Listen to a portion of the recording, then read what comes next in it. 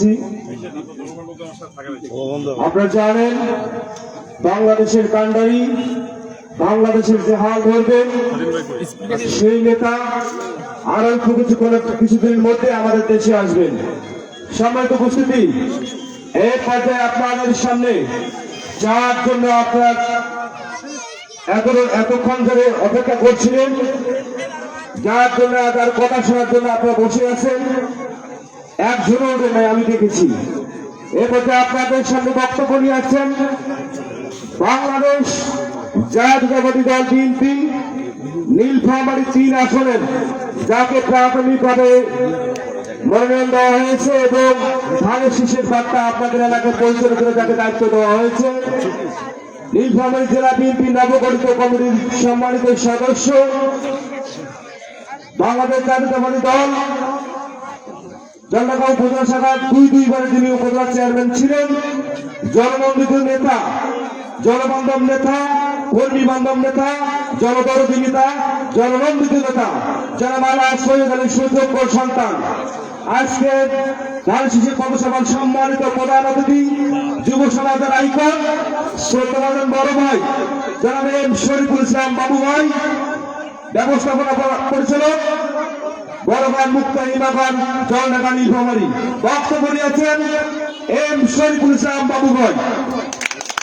বাবু ভাইয়ের আগমন, শুভেচ্ছা স্বাগতম, বাবু ভাইয়ের আগমন, সৈয়দ ভাই এগিয়ে চলো, আমরা আছি তোমার সাথে, এমডি বাবু এগিয়ে চলো, আমরা আছি তোমার সাথে।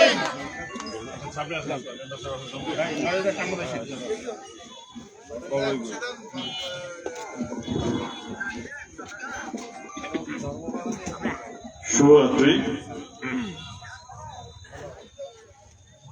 আমি আসলে শুরুতেই কি ভাষায় ধন্যবাদ জানাবো, কৃতজ্ঞতা প্রকাশ করব, সেই ভাষাই খুঁজে পাচ্ছি না আজকের আয়োজকদেরকে। আমার ওই জন্য আমি একটু অনুরোধ করলাম যে আপনারা আমার পাশে দাঁড়ান।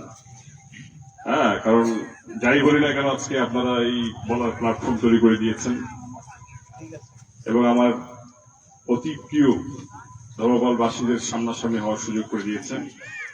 তো আমি শুরুতেই উপস্থিত সবাইকে আমার সালাম জানাই। আসসালামু আলাইকুম। সনাতন ধর্ম ভাইদের প্রতি আমার আদাব ও শুভেচ্ছা। আজকের এই ধানের শীষের প্রচারণা সভার সম্মানিত সভাপতি,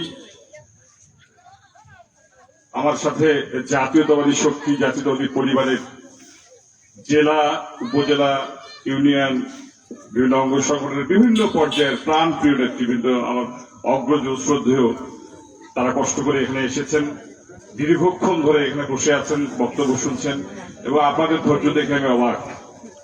আপনাদের সবাইকে আমার অন্তস্থ থেকে আরেকবার ধন্যবাদ ও মোবারক জানাচ্ছি।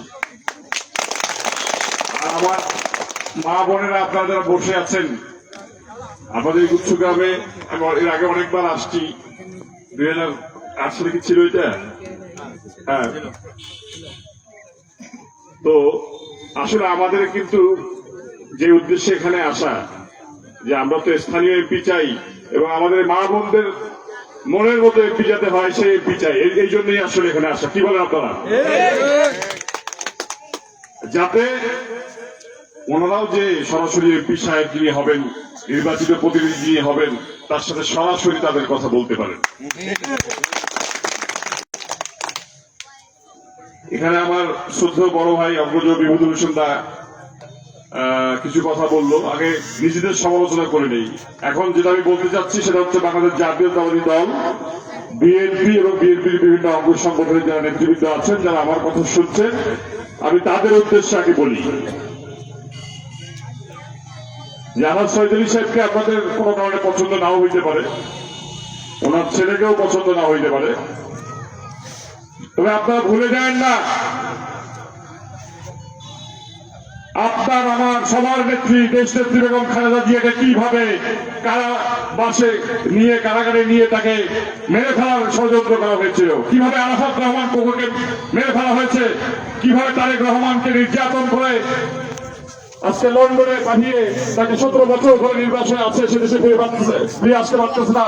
আমার জাতীয়তাবাদী এই শক্তির ভাইরা আপনার সৈদারি সাহেবকে পছন্দ না হোক, তার ছেলেকে পছন্দ না হোক, কিন্তু ওনারা যেটা করতেছে সেটাকে আপনারা ডিসকাস করেন না। আপনারা দলের সাথে বেইমানি করেন না, আপনার ধানের শীষের সাথে বেইমানি করেন না। এখন সব কিছু পরিষ্কার, কে কি করছে না করছে, কার কি কর্মকাণ্ড, সব কিছু কিন্তু খোলাসা হয়ে যাচ্ছে। আপনারা অন্য কোনো ষড়যন্ত্র না করে, আপনাদেরকে করজোরে বলছি, বিনয়ের সঙ্গে বলছি, দলের কারণে বলছি, আদর্শের কারণে বলছি, আগামীর বাংলাদেশের জন্য বলছি, আপনারা আসেন একসাথে আমরা ধানের শীষের পক্ষে কাজ করি। ভাইরা আমার, আমি খুবই অভিভূত যারা বক্তব্য দিয়েছে এখানে। সৈদারি সাহেব কিন্তু 6 বছর আগে উপজেলা পরিষদের চেয়ারম্যান ছিল, এখন কিন্তু কোনো ক্ষমতায় নাই। এখানে যতগুলো লোক বসে আছে তারা যে বক্তব্যগুলো দিল, আমার মতো একটা কারো বয়সে আমি অর্ধেক হব, কারো 3 ভাগের 1 ভাগ হব, কারো সমবয়সী হব, তারা আমার কথা শোনার জন্য বসে আছে কি আমার কোনো গুণের জন্য? আমার মধ্যে কি আছে? কিছুই নাই। তারা দুইটা জিনিসের জন্য আছে, একটা হচ্ছে আমার আব্বার অবদান কর্মকাণ্ড, আর একটা হচ্ছে এই মুখ দিয়ে আমি ধানের শীষের কথা বলতেছি। এই জন্য আমার ব্যক্তিগত কোনো ওরকম এমন কিছু হয় নাই যার জন্য ওনারা আমার সাথে এই সফর সঙ্গী হিসাবে, আমি এমন কোনো ব্যক্তিত্ব হয়ে যায় নাই যে ওনারা আমার সাথে বসে এই ধরনের ধানের শীষের প্রচারণা করতেছে। ওনারা আমার সাথে এই জন্যই আছে কারণ তারা দেখছে আমার উদ্দেশ্যটা কি। এবং আমার বাবা 10 বছর যখন উপজেলা চেয়ারম্যান ছিলেন এখানে, তখন উনি কি করেছেন। তো 10 বছর উনি উপজেলা চেয়ারম্যান ছিলেন, ওনার জন্য এসব কথা শুনলাম, তাহলে তো আর মানে ভোটের সময় ঘর থেকে না বেরোলেও চলে, তাহলে তো আর ভোট করার দরকার নেই, কি বলেন? ঠিক।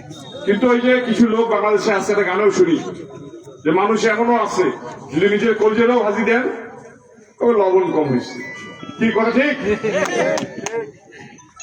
তো তারা শুধু সমালোচনার জন্যই সমালোচনা করে, একটা মানুষের কোন কর্মকাণ্ড নিয়ে কিন্তু সমালোচনা করে না। আমরা বিগত 54 বছরে জনঢাকায় কোন স্থানীয় প্রতিনিধি পাই নাই, যাদেরকেও পাইছি তারা স্থানীয় কোন মানুষের জন্য সেইভাবে কোন কর্মকাণ্ড করে নাই। এবং আমরা এত দীর্ঘ 17 বছরের অপশাসন, এত অনিয়ম, এত কিছুর পরও আজকে সবাই এখানে, আমার মনে হয় না ধর্মপালে এর আগে কখনো রাত 10টার সময় আমার এতগুলো মানে কোন জনসভায় বসে বক্তব্য শুনেছে।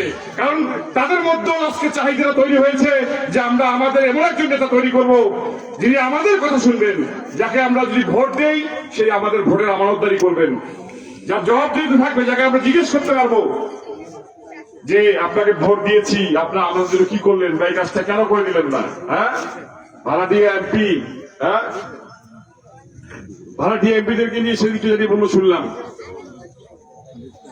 যে ও আমার ভাড়াটিয়া এমপি ভাইরা কেমন আপনাদের হিয়া, সব কিছু খায়া গেলেন সাথে আমাদের ভোটটা নিয়ে।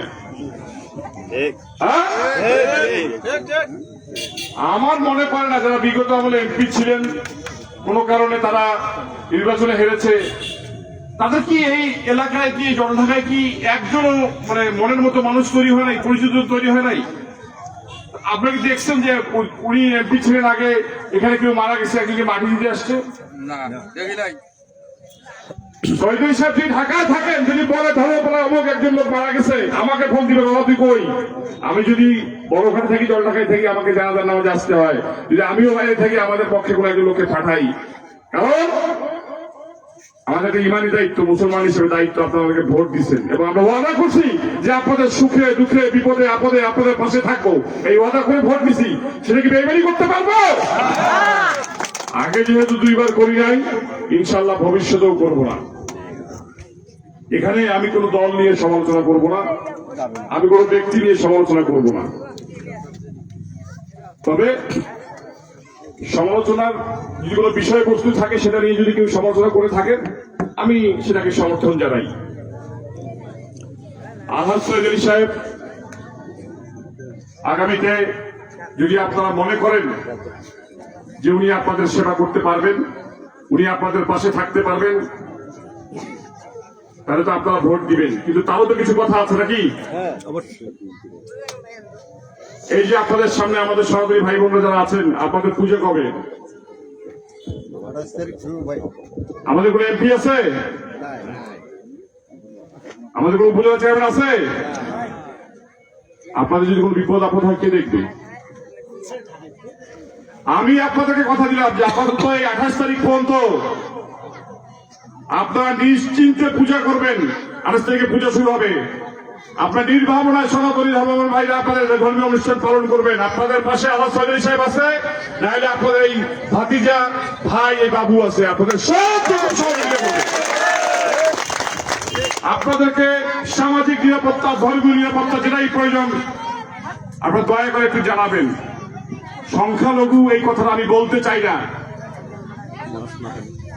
আপনারা আমার সনাতনী ভাই, আপনাদেরকে এই বাংলাদেশে যাতে হেয় হইতে না হয়, ঠিক আছে? সংখ্যালঘু কথাটাকে যদি এই জনঢাকা থেকে আমরা বিতাড়িত করতে চাই, তাহলে আমার সৈয়দ সাহেবের মতো একজন এমপি দরকার আছে কিনা বলেন আপনারা? আমাদের তো এত অভ্যাস খারাপ, আমরা হিন্দুও বলি না, আমরা বলি হিন্দু। আপনারা আর বিক্রি হইন না কাকারা, ও বাবারা, আপনারা আর বিক্রি হইন না। আপনাদের একটা ভোটেরও জানান, একজন মুসলমানের একটা ভোটের সেই একই দাম। আপনাদের ভোট দিয়ে আপনার যোগ্য প্রতিনিধি নির্বাচন করেন, সে 24 ঘন্টা আপনাদের পাশে থাকবে। এই দেশে যদি সুষ্ঠু ভোট হয়, যদি আগামীতে আনাস চৌধুরী সাহেব ধানের শীষের পক্ষে নমিনেশন পায়, তাহলে উনি ভোট করবেন। এবং আমিও বলছি, আমার আব্বা একাধিকবার বলেছে, যদি সে নমিনেশন না পায়, দল যাকে নমিনেশন দেবে উনি ধানের শীষের পক্ষে কাজ করবে না, নেতাকর্মী কাজ করবে। এর থেকে আর পরিষ্কার বক্তব্য কি বিভূতি দেওয়ার আছে? কিছু বাকি আছে বলেন আপনি? তাহলে যারা আমরা জাতীয়তাবাদী বিশ্বাসী, তারা তো নিজেদের মধ্যে বিভক্ত করতেছি। অথচ আমাদের শহীদ রাষ্ট্রপতি জিয়াউর রহমান জাতীয়তাবাদ কেন নিয়ে এসেছিলেন? যে এই দেশে জাতির কোনো ভেদাভেদ হবে না, হিন্দু, মুসলিম, বৌদ্ধ, খ্রিস্টান সবাই সমানভাবে এই দেশে বসবাস করবে। এটাই তো হচ্ছে বাংলাদেশ জাতীয়তাবাদী দল।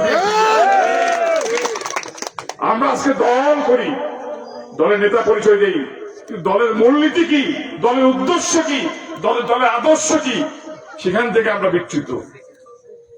আসেন আপনি, আমি, আমরা সবাই জনগণের পাশে দাঁড়াই। জনগণের কাছে আমাদের অনেক জবাবদিহিতা আছে, সেই জবাবদিহিতা নিশ্চিত করি এবং আগামীতে তাদের পাশে কিভাবে থাকবো, কিভাবে কাজ করবো সেগুলো বলি। তারপরে আমরা আমাদের কোনো বক্তব্য থাকলে তাদের কাছে আমরা উপস্থাপন করি। জনগণের ঋণ তো আমরা এর আগে শোধ করতে পারি নাই। জনগণ তো আমাদেরকে এর আগে অনেকবার ক্ষমতায় নিয়ে এসেছে। থাকেন, এটা আমার কথা না, আমি বাবুর কথা না, এটা আমাদের দলের ভারপ্রাপ্ত চেয়ারম্যান জনাব তারেক রহমান একাধিকবার বলেছেন। উনি সব সময় প্রতিনিয়ত প্রতিটা বক্তব্যে উনি আমাদের দলীয় ভাবে আত্মসমালোচনা করতেছেন। উনি অন্যের ঘাড়ে আর বন্দুক রাখার চেষ্টা করেন না কখনো। উনি স্ট্রেট কথা বলেন। উনি বলে দিয়েছেন বিএনপির নেতা কর্মীদেরকে যে আপনারা কোন ধরনের কোন সালিশে যাবেন না, আপনারা কোন সালিশ করবেন না। উনি বিএনপি নেতাদেরকে সর্বশেষ যে নির্দেশনা দিচ্ছে যে আপনারা আর কোন ধরনের সালিশে অংশগ্রহণ করবেন না। বিএনপি তো সবকিছু সারা বাংলাদেশের চুরি ডাকাতি করে খাইল। আপনারা নিজে বলেন তো, এই জলঢাকা উপজেলায় 5ই আগস্টের পরে কি কি দখল হয়েছে এবং কারা দখল করছে একটু বলেন তো আপনারা? প্রতিটা স্কুল, কলেজ, প্রতিটা প্রতিষ্ঠান, প্রতিটা হাট বাজার কারা দখল করছে আপনারা জানেন না? তাহলে আপনারা আপনাদের বিবেককে কাজে লাগিয়ে, আপনারা আপনাদের ভবিষ্যতের কথা চিন্তা করে, আপনারা আপনাদের এলাকার উন্নয়নের কথা চিন্তা করে এমন একজন প্রার্থী নির্বাচন করবেন যিনি আপনাদের বরাদ্দের টাকা লুট করবেন না, যিনি আপনাদের আমানত খেয়ানত করবেন না, যিনি আপনাদেরকে আইনগত সহযোগিতা দিতে পারবে, যিনি আপনাদেরকে সামাজিক নিরাপত্তা দিতে পারবে, যিনি কাউকে দিয়ে আপনাদের সাথে মামলাবাজি করবেন না, যার কোনো ব্যক্তিগত ম্যানেজার থাকবে না, যার টন মন কেনার মতো কোনো লোক থাকবে না, যাকে বরাদ্দের জন্য কোনো টাকা দিতে হবে না, যাকে চাকরির জন্য কোনো টাকা দিতে হবে না, এইরকম একজন লোককে আপনি নির্বাচিত করবেন কিনা বলেন? পরিশেষে আমি আসলে খুবই অভিভূত, এতক্ষণ পর্যন্ত একটি লোক এখান থেকে ওঠে নাই।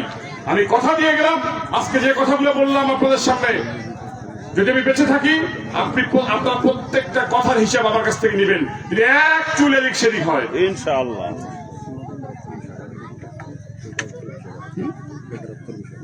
আর সবচেয়ে বড় সেটা তো মাথায় আছে, যেহেতু আমি এই আশ্রয় প্রকল্পের কথা বলছি, আমার আব্বা নিজেও তার বক্তব্যে বলেছে যে আমরা শিক্ষা এবং যে কোনো ভাবেই হোক যে কোনো পদ্ধতি হোক আমরা কর্মসংস্থানের ব্যবস্থাটাকে সর্বোচ্চ গুরুত্ব দেব। পরিশেষে আপনাদের সবার সুস্বাস্থ্য কামনা করে দেশনেত্রী বেগম খালেদা জিয়ার জন্য আপনারা দোয়া করবেন। সকল ষড়যন্ত্র অবসান ঘটিয়ে যেন আমাদের দেশের তারেক রহমান দেশে ফিরতে পারে। আমাদের এই নীলফামারীর অহংকার শাহিন ইসলাম তুহিন ভাইকে যেন আমরা আগামীতে নীলফামারী 2 থেকে নীলফামারী 1 থেকে ওনাকে আমরা ধানের শীষের প্রার্থী হিসেবে জয়লাভ করে নিয়ে আসতে পারি এবং নীলফামারী 3-এর দায়ভার আপনাদের উপর আমি ছেড়ে দিয়ে আমার আব্বার জন্য দোয়া চেয়ে সবাইকে ধন্যবাদ জানিয়ে আমার বক্তব্য এখানে শেষ করলাম। বাংলাদেশ জিন্দাবাদ, বাংলাদেশ জাতীয়তাবাদী দল জিন্দাবাদ।